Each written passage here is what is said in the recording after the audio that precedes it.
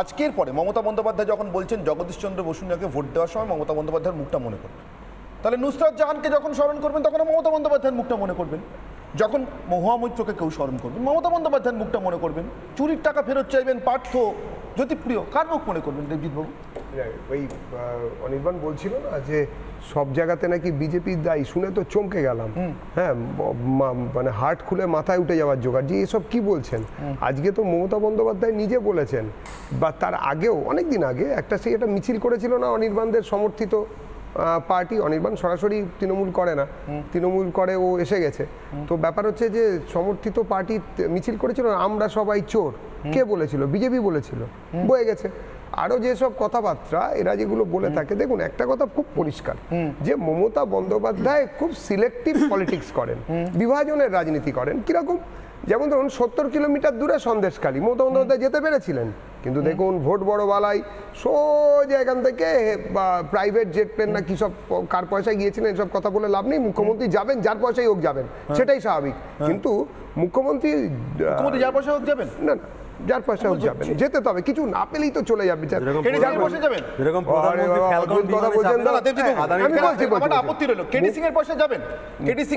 মুখ্যমন্ত্রী যাওয়ার ব্যবস্থা হয়েছিল 10 কোটি টাকা ইডি বাজেয়াপ্ত করলো। এটা তো মানে উচিত আমার মনে হয়। এটা মমতা তুতো ব্যাপার, মানে মমতা সুলভ ব্যাপার। কার পয়সায় যাবেন? মমতা, তুই টাকা দিয়েছিস, তোকে কৈফিয়ত দেবো। আপনি বলছেন এখান থেকে, আপনিও শুনবেন, তুই টাকা দিয়েছিস, কিসে চেপে যাবো তোকে বলবো। এ তো মমতা বন্দ্যোপাধ্যায় বলবেন। এ মমতা বন্দ্যোপাধ্যায় থেকে এসবগুলো শুনে অভ্যস্ত। আজকে নাকি কোথায় শুনলাম যে কাউকে শ্যালক সম্বোধন করেছেন 2 অক্ষরের। তো মানে খুব ভালো, না ক্ষমা চেয়েছেন, কিন্তু খুব ভালো যে আরো তারপরে 3 অক্ষর 4 অক্ষর 8 অক্ষরের দিকে যায়নি, মানে আমাদের ওগুলো শুনতে হয়নি। তো যেটা যেখানে চলে আর কি, এটাই সংস্কৃতি। এবারে কথাটা হচ্ছে যে এইভাবে প্রত্যেক জায়গায় সিলেক্টিভ পলিটিক্স মমতা করেছেন। আমি যেটা বলতে চাইছি, গোদা বাংলায় সন্দেশখালীতে মমতা যাবেন না। মমতা যেখানে যাবার সেখানে যাবেন মমতার ইচ্ছে মতন। মমতা বলবেন কাকে চোর, সেটা জনতাকে মেনে নিতে হবে। মমতা সর্বত্র বলবেন যে আমি মুখ, আমাকে ভোট দাও। তারপরে যখন তার থেকে গন্ডায় গন্ডায় চোর বেরোবে, তখন উনি বলবেন আহারে আগে জানলে তো টিকিট দিত, আমি তো কিছু করি।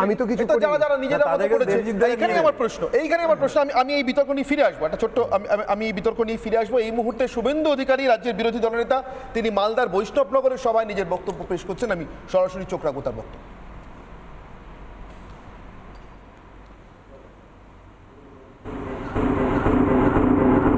সুদূর শিলিগুড়ি থেকে এসছেন, গত কয়েকদিন আগে ওনার মাতৃদেবী গত হয়েছেন, তারপরেও নিষ্ঠার সঙ্গে তিনি দলের কাজ করছেন, তাকে ধন্যবাদ। আমাদের আরেক রাজ্য সম্পাদক, ওল্ড মালদার বিধায়ক, যাকে 21-এর ভোটে প্রাণঘাতী হামলা হয়েছিল, যার উপরে মান্যবর গোপাল সাহা মহোদয়, তাকেও ধন্যবাদ জানাবো।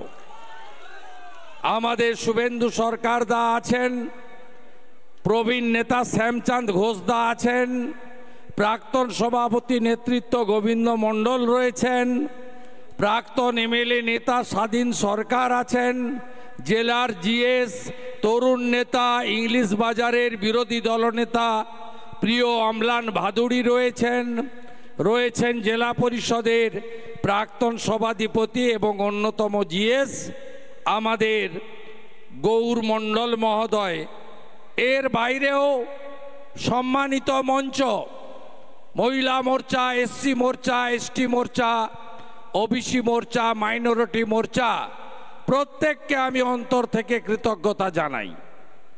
আপনারা জানেন, 3য় দফাতে মালদা জেলাতে নির্বাচন হতে চলেছে।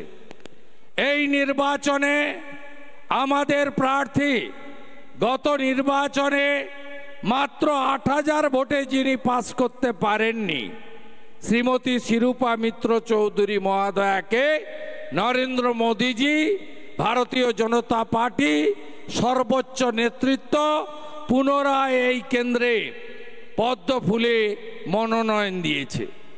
এই নির্বাচনে যেমন জাতীয় ইস্যু রয়েছে, যেমন বিশ্বনেতা নরেন্দ্র মোদীকে 3য়বার প্রধানমন্ত্রী করার শপথ নেওয়ার নির্বাচন রয়েছে, সাথে সাথে এই নির্বাচনে পশ্চিমবঙ্গে একদিকে চোরেরা লড়াই করছে, চৌর্যবৃত্তি করে যারা রাজনীতিটাকে পেশাতে পরিণত করেছে, সেই তোলামূলের লোকেরা ভোটে লড়ছে। অন্যদিকে নেশন ফার্স্ট মন্ত্রে দীক্ষিত রাষ্ট্রবাদ যে পার্টির একমাত্র পাথেয়, সেই ভারতীয় জনতা পার্টি ভারতবর্ষকে বিশ্বের দরবারে প্রধান শক্তিতে উপনীত করার লক্ষ্য নিয়ে লড়াই করছে। আপনারা জানেন নরেন্দ্র মোদীজি তার কার্যকালে 10 বছরে ভারতবর্ষের অর্থনীতিকে 12 থেকে 5ম স্থানে নিয়ে গেছেন। তিনি G20 চেয়ারম্যান হিসেবে সফলতার সঙ্গে বিশ্বের সব রাষ্ট্রকে তার নেতৃত্ব স্বীকার করিয়েছেন, যেটা আমরা কোনোদিন স্বাধীনতার পরে ভাবতে পারিনি। আমরা দেখেছি নরেন্দ্র মোদীজিকে অস্ট্রেলিয়ার প্রধানমন্ত্রী বলছেন মিস্টার বস, সাউথ আফ্রিকার প্রেসিডেন্ট পায়ে হাত দিয়ে প্রণাম করছে। যখন সাংবাদিক জিজ্ঞেস করছে তখন সাউথ আফ্রিকার প্রেসিডেন্ট বলছে উনার দেশে 250 কোটি ডোজ করোনার ভ্যাকসিন দেওয়ার পরে 55টা দেশকে, গরিব দেশকে বিনামূল্যে করোনার ভ্যাকসিন দিয়েছে এই মহামানব। তাই উনার পায়ে হাত দিয়ে আমরা প্রণাম করেছি। কার হাতে আপনি দেশ রাখবেন? তৃণমূলের কি এই নির্বাচনে কোনো ভূমিকা আছে? পুরো সংখ্যা কত? 543। লাগবে কত? 272। 272-এ তোলামূল লড়ছে 45টাতে। 5টা পাবে কিনা আমি জানি না। তৃণমূল প্রধানমন্ত্রীর স্বপ্ন দেখছে, এখন অবশ্য বলে না, এখন বলে পরে হবে। আমি তো সব মিটিংয়ে বলি, যেদিন গরুর গাড়িতে হেডলাইট লাগবে আর আমাদের স্যান্ডো গেঞ্জিতে বুক পকেট লাগবে, সেদিন পিসি প্রধানমন্ত্রী হবে, তার আগে হওয়ার কোনো চান্স নেই। তাই বেল পাকলে কাকের কি? এ তো দেশের ভোট। কে কে চান ইউক্রেন হোক দেশ? চান নাকি?